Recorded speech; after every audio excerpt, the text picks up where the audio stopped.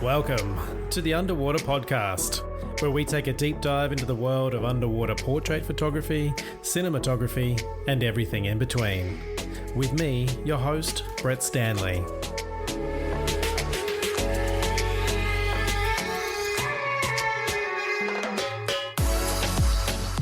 Welcome back to the Underwater Podcast, and this week we're talking underwater 3D filming with Pawel Achtel.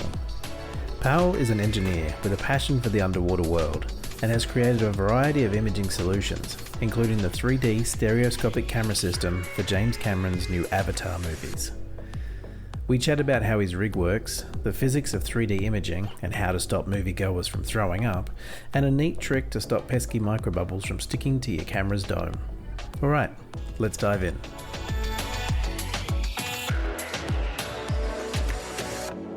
Pawel, welcome to the Underwater Podcast. Thank you for having me, Brett. You're in Australia, right? I'm in Sydney at the moment. That's correct, yes. Yeah, that's my hometown. Right. Long way from home.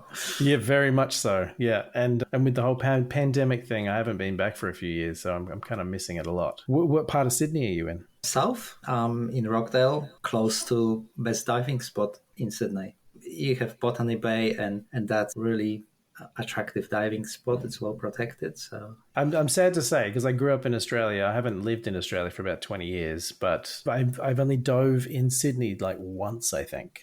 Right. I don't even remember it. Yeah, it's got some nice spots. You can dive Sydney most of the time. Even in rough conditions, you can usually find a protected spot. And so is that how you came into the underwater cinematography world, through diving? I pretty much wanted to do both at the same time. So I've done my open water course with a view of filming. And in fact, my second dive after the course, I had a proper camera in my hands and probably only dove without the camera maybe about 2 or 3 times. So the diving was that so you could go down and do cinematography, or they just both happened at the same time? No, it was specifically so I could do underwater cinematography. So had you been doing cinematography before you started diving? No, it was actually the underwater cinematography that attracted me to cinematography. So interesting. That's cool. And what was it about that? Had you seen something? Like, were you a Jacques Cousteau fan, or? Not really. I haven't had holidays for a very long time after coming to Australia about 35 years ago, and I decided to have a good holiday and go to the Great Barrier Reef. Right. And I put my head underwater casually, and then it just suddenly sort of clicked, and I thought, yep, that's, I think, what I want to do. And since then, that was my passion, obsession. That's both. Awesome. Yeah, totally. Yeah, it is addictive, right? Yeah. Once you start, it is like obsession. And so what was your background before then? Was it engineering? Yes, I have science engineering background. Yeah. And is that something that you came to Australia to study, or was that something from, where are you from originally? I'm originally from Poland. Oh, right. Yeah. And I studied civil engineering there and really had good background in physics and maths, which I think are absolutely essential for photography and cinematography these days. Yeah. But I also always had a soft spot for nature. So I guess going underwater where you can get close to nature, much closer than you can come on land. Yeah. And where that nature is plentiful and quite diverse and mysterious, that was like, like a paradise, like something I wanted to pursue. I totally get what you mean. Like the amount of wildlife that's in under the water, it's not something you get on land in terms of that sort of density, right? Like it's almost as if you could float in the trees and be floating up around with the birds and stuff. That's kind of almost what it's like being amongst all those fish. That's right. And I guess that element of it really appealed to me, particularly from the point of 3D. So I very quickly decided or started exploring stereoscopic 3D and larger formats of cinematography. Oh, interesting. Yeah, I thought that watery environment, the ability to swim through things and also with things suspended mid-water, lend itself to more immersive forms rather than flat picture. So I became interested in IMAX and giant screen as the medium to display that environment. So how did you approach that initially? I know you said like the second dive you went down, you had a camera in your hand. How long was it from that point to when you started doing stereoscopic 3D stuff? Oh, it was still a fair bit of time. Uh, the cameras weren't quite up there in terms of technology, so it took more than a decade. But that immersive sort of feel was always there, and that's something that I really wanted to pursue. So I started pursuing 3D about 15 years ago, where just about the time when 3D became quite popular. I guess that was around the time when Avatar 1 got produced. So that started that big interest in 3D. Yeah, I was talking to my wife about this earlier today, actually. Like, what memorable 3D movies have we gone to see? And I think for me, like, the only one that I can think of that made use of 3D really well was the first Avatar. I remember watching that and going, like, feeling like I was actually there rather than it being a bit of a gimmick. Yeah. And I guess it's ironic that Avatar 2, The Way of Water, is going to be screened in a few months' time, and that's Yeah. underwater. Absolutely. And then this is the kind of what brought me to you. And that's, I think, how I found you was that you have done some work on the latest Avatar films in terms of, is it just supplying some equipment or were you actually filming and on set as well? No, Pete Zuccarini was DOP on the set. I supplied the lenses. I supplied the 3D rig. That's quite unique. It's never been used in any feature film before, and that rig is very different than anything else that's been used underwater. So explain that for me. Talk to me about your rig and how it's different to other underwater or even any other 3D sort of situations. So what filmmakers used to do was to put 3D rigs inside a watertight casing and have some sort of port in front of it. With 3D, that was predominantly a flat port. As you know, flat port doesn't work very well underwater. Not only it reduces the angle of view, which is precisely the opposite what we want. We want wide angle of view to Yeah. have more immersive experience and also Yeah. to get closer to subjects. But also it diminished the quality of the images with chromatic aberrations and distortions and field curvature. It just didn't look good. So until this invention, there was no way to actually film underwater in 3D in a way that we film on land that would produce this truly immersive experience. So yeah, the rig is very different than that. The main elements are not housed in a housing. The lenses are submerged in the water, and the beam splitter, which splits the left right eye from the right, that beam splitter is also submerged in water. Oh, okay. So it's actually filled full of water. So the light is traveling through water until it Right. basically hits the camera. That's right. That's right. Wow. So why does that make a better quality image? Is it just because there's less, the light beam is being bent less? So for start, the lenses are designed for underwater. They don't produce distortions. They produce sharp images from corner to corner underwater. So they specifically designed for sharp wide angle images. Right. And there is no barrier between water and air, which means we don't end up with a refraction problem that is associated with using flat ports. So there is nothing in the way of light there to be distorted by bent, produce any aberrations. It's just pure water around it. Yeah. Because that's the thing, isn't it? So currently you have with traditional sort of housings, it's the light comes through the water, then it comes through either a flat or a dome port, and then it's going through air, and then it's going back into the glass, and then it's hitting the camera. So there's all these situations where the light can be degraded, I guess. That's right. With submersible lenses, they can resolve far more detail, especially around the edges, than a housed lens. I've done an experiment, a test of using the best land lens I could buy, which was a Master Prime 14 millimeters. Yeah. I designed and had it manufactured a massive dome port that was really expensive and precision made. And on an optical bench, I was doing the MTF charts, which are modulation transfer functions that essentially are designed to measure the sharpness.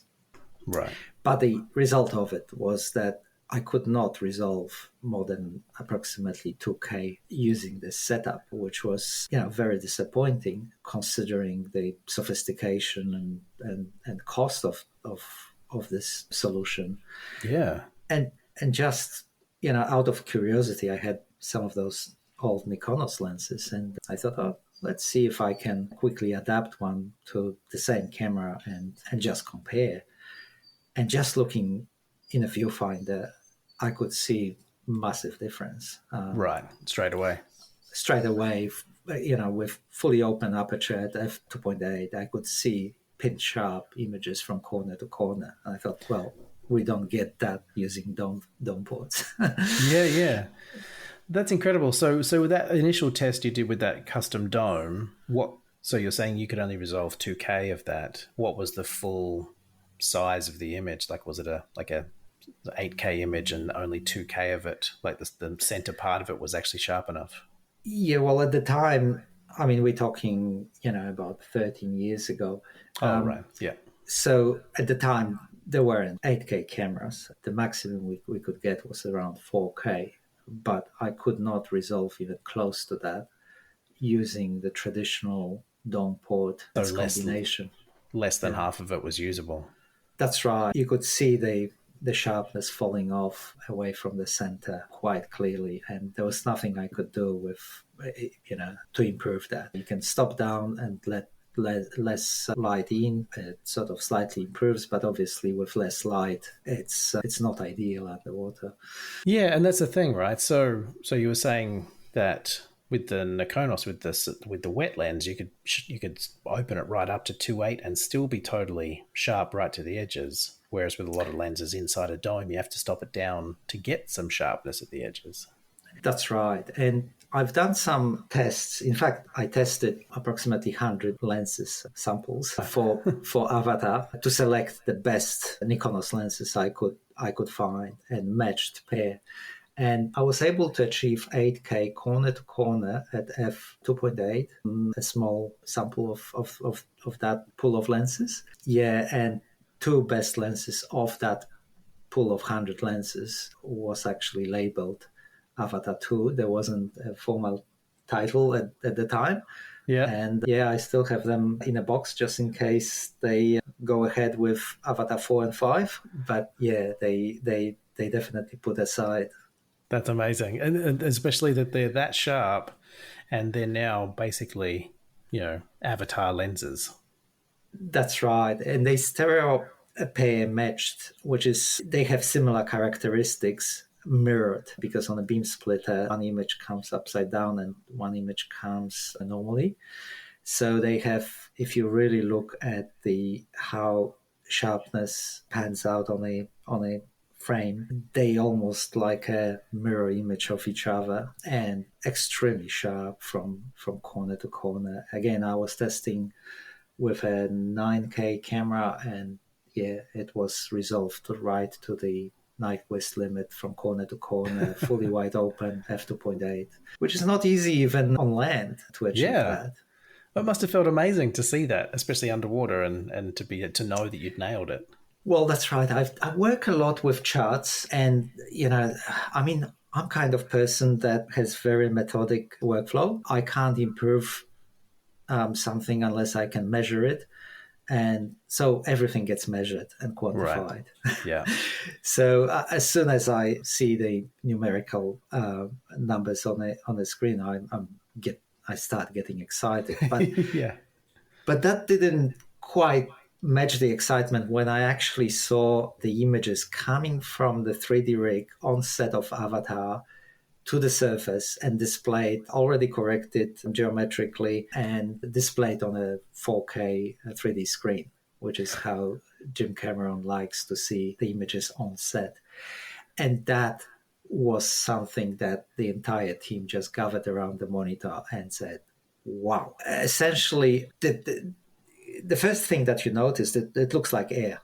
It doesn't look like underwater at all. There is no distortion. You're completely immersed in the image. When you look around, there is no corner sort of squeeze or bend, or the images are completely flat. And you like, when you look at the screen, you just feel it's air, but then you look more closely, it's obviously underwater. So the images look very different, very different. And it's not common that Jim Cameron would, praise things casually, but he did send a message to everyone saying that he's never, ever filmed underwater images with this quality before. And that's incredible. By far, yeah. And I mean, it was pretty obvious when we saw it in Auckland, but it almost didn't happen. Oh, right. Because initially, before that, the team asked me to send the equipment to LA so they could do some testing, and they were testing it in a pool, and I got a phone call from LA, and then they say, "Pawel, we've got a problem." And I said, "What's the matter?" And they said, "Oh, we're getting micro bubbles on the mirror and lenses. We can't use it." They said, once you submerge it, after 5-10 minutes, there are bubbles forming. And I said, okay, I think there's a solution for it. Right. I said, I was dealing with John Brooks, and I said, John, go to a local photography shop, the old style, and buy some PhotoFlow. It's an agent that you add to when you develop film to break surface tension of the water and let the water shed cleanly from your film. Right. And I said, John, use that agent, just spray it over the mirror, over the lens, and then go diving and see what happens. Next morning, a phone call, Pawel, it works. That's incredible. So that saved the whole project. That's right. Yeah. That's right. That's crazy. So is it something a little bit like Rain-X or something? Yeah, similar. I mean, you can use baby shampoo, detergent if you like, but it's not as effective as PhotoFlow. PhotoFlow is really effective. So if you don't want bubbles forming on your lens, on a port or whatever, just spray it before the dive, and does the job pretty well. How long does it last for? Well, it seemed to last until they needed to pull the camera out. Okay. And so even if it lasts a few hours, you can pull the rig out, spray another, a few teaspoons, and continue filming. That was acceptable. What was not acceptable, that they would be in the middle of take, or with the entire set ready, and you would get a bubble or two on the mirror or the lens. And if no one noticed, they would notice there's very tight quality control. People are looking at monitors very constantly, but it wouldn't be acceptable from the amount of shots they needed to get within the time that they had. It would be a no-go. They had a plan B. They built another rig, that more traditional rig, just in case my invention didn't work. But as far as I know, they didn't use it at all. Right. Was there something specific to your model that made the bubbles worse, or was it just because they were in saturated water? It's just what happens if you have water that's saturated, with air. That will always happen. Yeah. Because I do know, because I know a few people that worked on Avatar, the new ones over the last few years, and they were saying that they couldn't be on scuba because of putting too much bubbles in the system, and it was affecting the mocap system and all that sort of stuff. Was this part of that as well? Was this a result of having people in the water with scuba, the bubbles? It wouldn't help. Yeah. And it was warm water. The water was something like 35 degrees, really warm. Oh, wow. Yeah. So you could dissolve a lot of air in that water. Yeah. And so because they were doing a lot of mocap on this set, was that what they were using your cameras for, was to record the mocap stuff as well, or was this for principal photography? No, that was just for principal photography. Mocap was done differently. This was just to get native 3D filmed as a principal shots. Yeah. And then you were saying that comes to the surface pre-stitched, I guess, or pre-combined, so that you can see it straight away. That's right. So it comes through it as left and right. Then it goes into a box that analyzes the signal and actually tells you the distortions and disparities. So it's something that they also actively measure whether the quality of the images coming out is within the range that they want. It's a box made by 3Reality, and in real time it just tells you in percentages about the vertical disparities, and that was like really, really small. They've never seen so little vertical disparities simply because there is no distortion.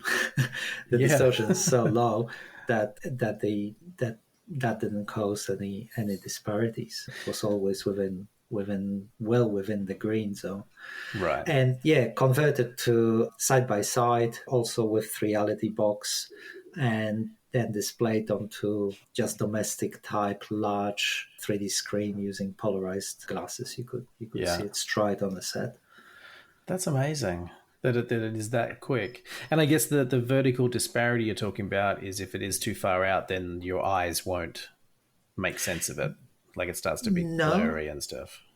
No. So what happens is that our brains put together horizontal disparities as the perception of depth, right? Right. Yeah. So we need certain amount of horizontal disparities in order to perceive 3D.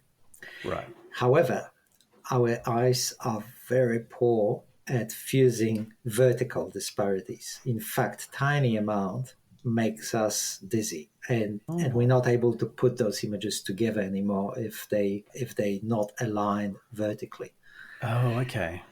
So you want to avoid vertical disparities as much as possible, because especially on the edges, because our peripheral vision is quite sensitive about that. Otherwise, you just throw the entire immersive experience out the window and make it a torture, because our eyes get strained and it becomes very uncomfortable to watch. Is it something similar to, because I know at the front of the camera you've got your two lenses which are basically eye distance apart, right? They kind of mimic the distance of human eye distance between each other, is that right? So you could do that, but that wouldn't let you film from close up because the horizontal disparity would be too large. Right. When you look on a large screen. So that's why side-by-side configuration has limitation as to the size of the subject and distance from the subject. Yeah. In order to get close to the subject, you really need to put those two cameras very close, so close that the distance is about 2 centimeters or 3 centimeters, and you can't physically do it because the cameras are bigger than that. And this is why they use the beam splitter, where one camera shoots through a half mirror and one camera shoots a bounce of a half mirror, and that way you can bring those cameras as close as zero. So they in effect have like virtual positions, because one is vertically physically positioned, one is horizontally positioned, but because of the half mirror, they kind of side by side overlapping each other. So in that case, if you're doing something that's close up, do you have the ability to then push those lenses closer together? That's right. That's great. So you can change the stereo base and adjust the amount of 3D effect that you want. Yeah. So it is always comfortable to watch on a large screen. Yeah, I think that's got kind of always got me. I think was how you could have changed those things, and whether the distance between those lenses changed anything with the final result, and obviously it does. That's right. It's something that on the production of this magnitude you would want to be able to control, because that controls the 3D effect, the immersion, and also ensures the images are comfortable to watch. And comfort of watching 3D is extremely important because it's a long film, and if you strain your eyes, you just won't be able to watch it till the end. No, totally. Yeah. And is there something weird as well with the horizontal plane as well? Like if one lens is slightly higher than the other, does it sort of start to make things weird as well? Is that what you're talking about with the vertical? That's difference? Right. So if you have any detail in a picture, and if it appears on a different height in the left eye as it is on the right eye, that would be a vertical disparity. They need to be on the same height. They can be offset horizontally because of the depth perception, but vertically they must be exactly aligned. So any distortion in the lens obviously is a bad thing. As the state of the art before this invention was to film with flat port. I mean, you can imagine the massive pincushion distortions that the flat port creates. Yeah. It's not good for 3D, because those distortions would cause vertical disparities, because the straight lines are not produced as straight lines. So in the past, those disparities had to be corrected in post, but by doing so, it even further degraded the optical quality of the images. Yeah, that makes sense. And is it because we're looking at it straight on, and the image is trying to tell us that that our head is kind of tilted to the side, and it's not, and that's why it kind of makes us feel uncomfortable? Oh, I mean, when our head is tilted to a side, we still don't have vertical disparities in the plane that's tilted. That's right. Yeah. So our brains are wired for both eyes to receive images that are identical in terms of the vertical composition, but offset horizontally only. Yeah, so it's like if one of our eyes was a little bit higher than the other one. Yeah, that's right. That's something that our brains would freak out and and start to make you feel pretty sick. That's right. That's amazing. And so with that sort of submerged situation, so you've got the light coming through the water, it goes through that glass of the lens and then back into water through the beam splitter. When it goes to the camera itself, into the sensor, is it going through a flat port at that point? No, there's no flat port or dome port of any type. So the housing itself, you can imagine as if it's a waterproof lens mount that wraps the camera around. Okay. So you mount the camera to the housing as if you were putting a lens mount on a camera. Right. And then you put a lens, attach it to the housing as if you were attaching it to a lens mount. Right. So now you've basically got... So the only time the light actually goes through air is when it's inside the camera hitting the sensor. That's right, which is exactly the same as if it was with normal terrestrial camera. Right. And that's how you're getting such amazing sharpness, is because there's very little degradation from the passing through air. That's right. I mean, the lenses have been designed from ground up to operate in that optical medium. So they are designed to produce sharp images when there's water in the front of the lens and the air at the back of the lens. So that's when they perform at their best. Right. Once you put a flat or dome port, you degrade the quality of the image to a certain degree, and it's a compromise. Right. So then how do you set focus and change iris? Is it inside that wet lens? Yes. So Nikon's lenses have knobs to change aperture and focus on the outside. For Avatar, they made like an extension that they were able to pull focus from a short distance away. The camera system was able to control that. Oh, with a whip or something. That's right. Amazing. And so I guess were they connected so that they would always be the same focus, or do you have to basically do them individually? I believe they were connected. Yeah. So just ganged and then just one focus control. Yeah. What focal length was it? That was the 15 millimeters Nikonos. They haven't used any other lens. Oh, that's great. And what cameras were they shooting into? So they were shooting on Sony Venice. So they were Venice Real Auto. Cameras can be detached from the main bodies. So there's the camera head for the left eye, camera head for the right eye, and a big box housing the two camera bodies, and then cables going from that big box to the surface. Oh, okay. So because with your rig, right, you've got one camera head basically horizontal and the other one's vertically into the splitter. So you've got the camera heads in each one of those, and then they cable out to both camera bodies in another box. Yeah.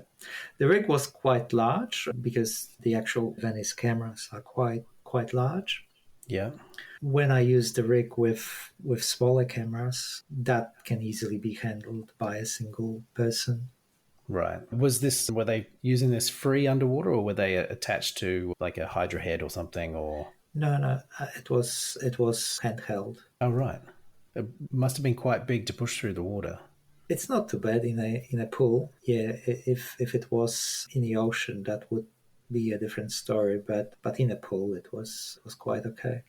And I guess you don't have the big domes either, so it's probably a lot more sleek than like a traditional underwater camera. It wasn't sleek because the beam splitter is like a flat feature, but it definitely was much smaller than housed systems because you don't have that bulk around the beam splitter and the entire system. The system is much smaller. It doesn't need that shell around it. No, that makes sense. And so outside of like Avatar, what other sort of work are you doing with this setup? Well, that was this setup was only used on Avatar. It hasn't been used since then, and it hasn't been used before. Avatar is the only film that this setup was used on. So it will be interesting to watch it because it will be one and only that was filmed using this system. So this system was built custom for James Cameron? No, it was built 7 years earlier. It was built for Giant Screen and IMAX Productions. Right. But Jim Cameron was the first one that said, I want to give it a go. So it hasn't been used anywhere, despite its potential, until Jim Cameron became aware of it and thought, well, let's give it a go and see how it goes. Yeah. So how did he find out about it in the first place? They came across my website, so they found it on a website. Oh, wow. And was it a surprise to you? Like, did it just come out of the blue with them?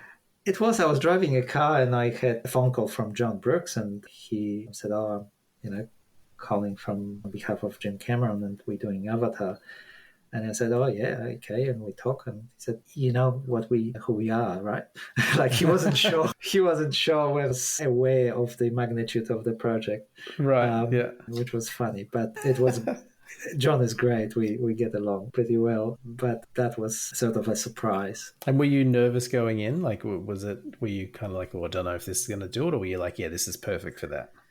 I knew it was perfect for that. There is always nervousness around doing big production because, of the stakes involved. When you're doing your own filming, if something goes wrong, it's not a big deal. You can go again tomorrow and fix whatever was broken. There is no room for that here on productions of this magnitude. Everything has to be tested and work reliably. So, when you preparing all the equipment, it's all those thoughts going in your head. What can possibly go wrong? What can possibly, whether you can anticipate any failure anywhere, and you try to cover all the bases with that. But yeah, it worked, and other than the bubbles, which we managed to solve overnight, it was working perfectly.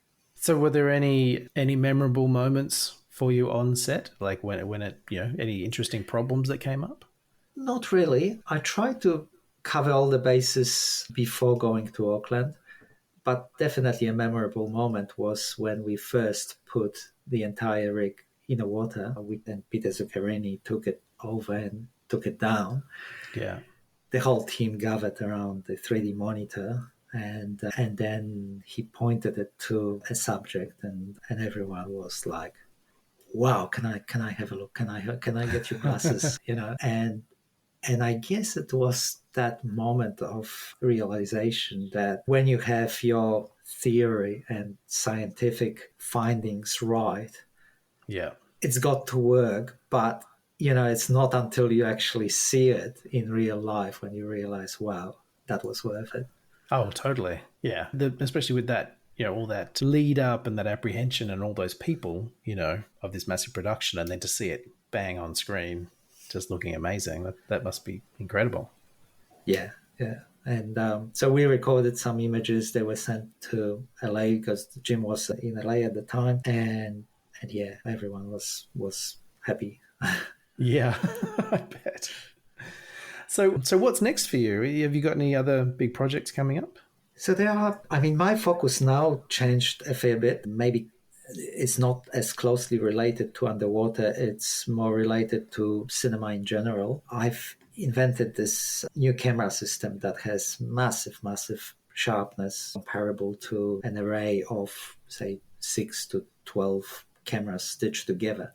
Oh, wow.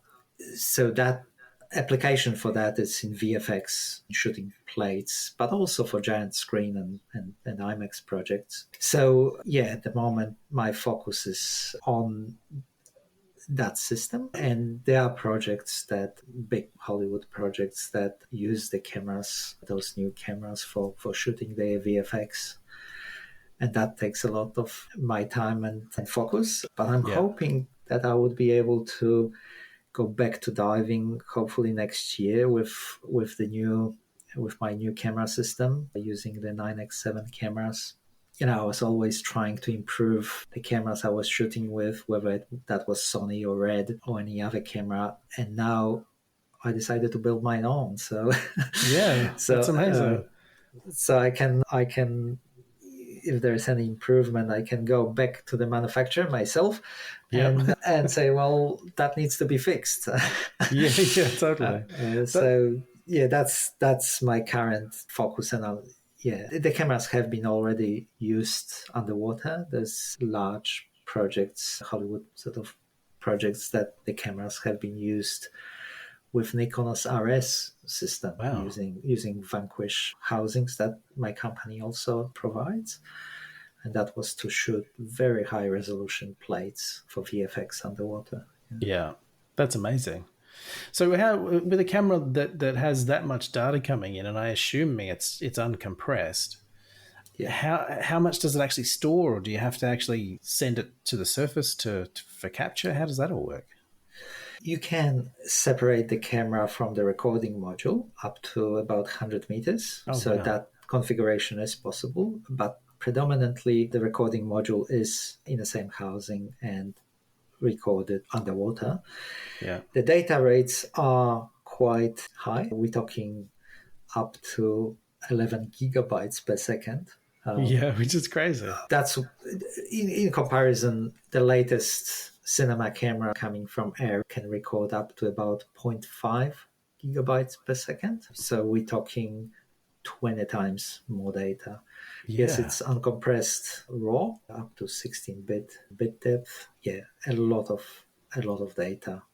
And is that a lot of dynamic range as well? It's similar to some of the best digital cinema cameras. So up until now, 9x7 camera had about 0.7 of a stops less dynamic range than we compared it with Airy LF. Yeah. With the new firmware that we've developed just a few weeks ago, we can improve it by about 2 to 4 stops. So very significant improvement. God, that's crazy.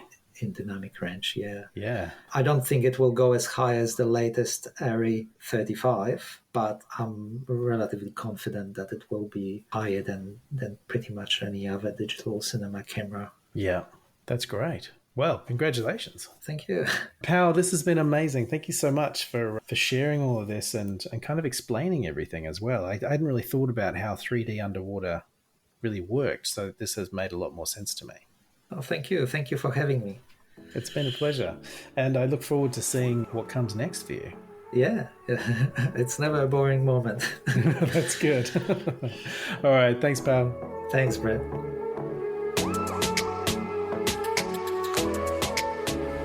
Thanks for listening, everyone. And as always, if you like the podcast, please subscribe, review, and share. If you'd like to support with the production of these episodes, you can purchase our very cool merchandise at theunderwaterpodcast.com. We've got branded coffee mugs, stickers, beer cozies, and posters featuring our amazing illustration and logo by Joe Hodino. If you'd like to connect with us or learn more about our guests, you can reach us at theunderwaterpodcast.com or on Instagram. We also have a Facebook group where you can discuss the episodes and even get your questions answered by our guests. There's a link to it in the show notes. Also, don't forget about Waterproof magazine, showcasing the best in underwater art. Read it online or purchase a print edition at waterproofmag.org. You can learn more about my underwater photography workshops and mentoring at brettstanley.com or Brett S Photo on Instagram. The Underwater Podcast is presented and produced by me, Brett Stanley, and our music is Neo by Oh Boy. Keep creating, everyone. I'll see you in the water.